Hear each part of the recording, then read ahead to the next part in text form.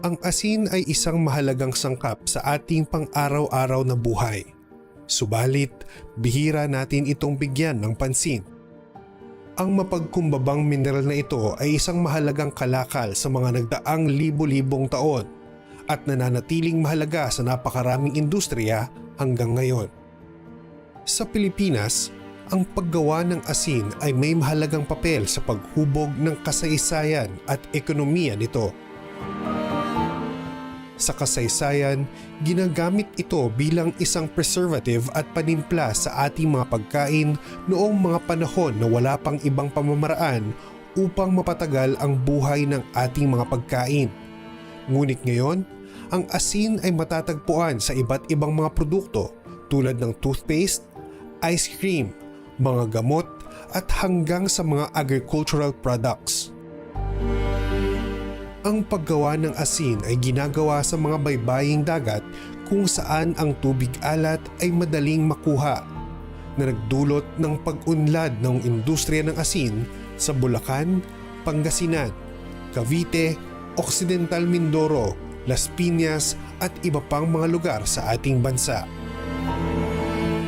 Sa kabila ng kahalagahan nito sa ekonomiya ng Pilipinas, ang lokal na industriya ng asin ay nakaharap sa maraming mga hamon. Ang isang pangunahing hamon ay ang kompetisyon mula sa mga imported na asin na madalas na mas mura dahil sa mas mababang mga gastos sa paggawa nito, na nagdulot ng pagsara ng mga paggawaan ng mga asin sa ating bansa. Sa mga nakaraang dekada, halos 85% ng pangangailangan sa asin ng bansa ay nakukuha natin mismo sa ating lokal na produksyon, habang 15% lamang ang inaangkat mula sa ibang bansa.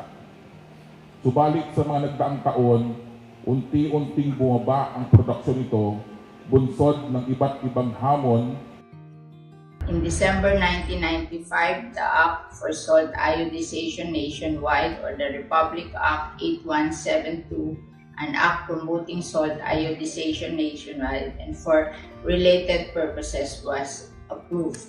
The asin law required addition of iodine to salt intended for human consumption to eliminate micronutrient malnutrition in the country. The law covered the entire salt industry, including salt producers, manufacturers, importers, traders, and distributors, as well as government and non-government agencies involved in salt iodization activity. This brought extinction of the salt industry. Matagal na po akong gumagawa ng asin. Halos mahigit na 30 dekada na. Magmula nung naturuan ako ng aking mga magulang, natutunan ako mag-asin. Mahirap po. Kasi yung preparation pa lang po sa pag-asin, umabot ka ng 2 buwan, wala kang kita. Tapos pag dumating na yung may harvest ka na, tapos mag-uulan pa, wala pa rin kita. Tapos pag may asin ka, ang problema mo naman buyer kung minsan. Mula noong 1985, nag-umpisa na kami nagluto ng asin. Maraming produksyon. Madam, kaya lang talagang kulang kami sa buyer. Gawa nga ng imported. Kaya humina ang asin dito sa Pilipinas. 1990s, ma'am, nag-ooperate na po yung father ko. Sobrang mahirap po ngayon, ma'am, kasi sobrang nagtaas, damay-damay na. Kasi yung way ng paggawa namin ng asin, ma'am, is pagluluto. Magkaiba po yon sa solar production at saka sa pagluluto. So, doon kami medyo nahihirapan.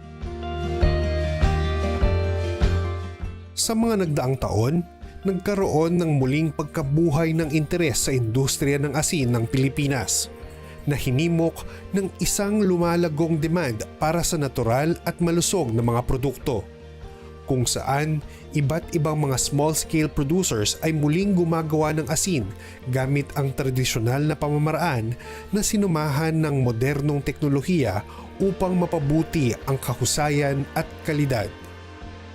Nitong Nobyembre, ang Pangasinan State University katuwang ang mga nasyonal na pamahalaan kasama ang Bureau of Fisheries and Aquatic Resources at iba pang mga organisasyon ay naglunsad ng kauna-unahang Philippine Salt Congress upang makatulong sa pagbuhay sa dating masiglang industriyang ito. At upang makatulong ang kagawaran ng pagsasaka sa pamamagitan ng kawanihan ng pangisdaan at yamang tubig ay naglunsad ng Oplan Asin na may slogan na asintadong tulong para muling pasiglahin ang industriya ng sariling ating asin. Nagsimula itong proyekto noong nakaraang taon kung saan naglaan ang Department of Agriculture sa pamamagitan ng DADFAR ng 100 milyong pisong pondo upang mapatupad ang mga inisyatiba sa muling pagpapaunlad ng industriya, lalo na sa mga pangunahing lugar ng produksyon. Sa taong ito, naglaan muli ang DADFAR ng karagdagang 100 milyong pondo upang palawakin ang sakop ng proyekto at pabigyang atensyon rin ang iba pang reyon. Napakahalaga po kung mapapanumbalik natin ang industriya ng asin in the sense na kasi po itong mga asindero natin o yung mga asin farmers natin ay medyo nalulungkot dahil parang naiwan na raw sila, and yet ngayon po kasi nire-revive natin ito upang sa ganon ma-enhance natin yung kanilang livelihood or pangkabuhayan, ma-increase yung kanilang income at maayos po kung paano nga ba makapag-produce ng tama at maayos upang mapasigla natin ang kanilang mga asin industry. Upang matiyak ang mabisa at mahusay na pagpapatupad ng proyekto, ang BFAR RFOs ay magsasagawa ng profiling ng mga gumagawa ng asin upang matukoy ang mga benepisyaryo at masuri ang mga interbensyon na kailangang unahin. Ang mga interbensyon na ibibigay ay alinsunod sa naunang isinagawang profiling at pagtatasa, gaya ng pamimigay ng mga solar evaporation o mga pamamaraan sa pagluluto. Magkakaroon din ng pangpataas ng kakayahan ng mga mag-aasin upang makasunod sa hygiene at sanitation protocols at itaguyod ang posibleng mga bagong pamamaraan o teknolohiya sa pamamagitan ng pakikipagtulungan sa mga institusyon ng pananaliksik at mga SUCs. Last year po, ang ginawa po natin ay yung profiling muna po ng mga producers ng mag-aasin dito sa Pilipinas na ginawa po ng NFRDI iyon.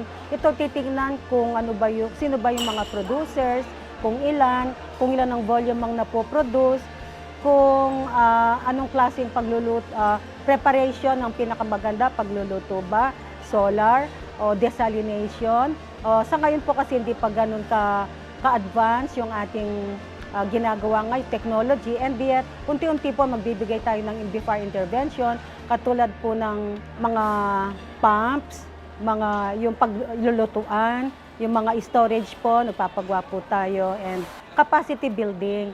Yung tuturuan din po natin yung mga mag-aasin natin, yung compliance po para po sa food safety, yung para sa hygiene, para sa handling.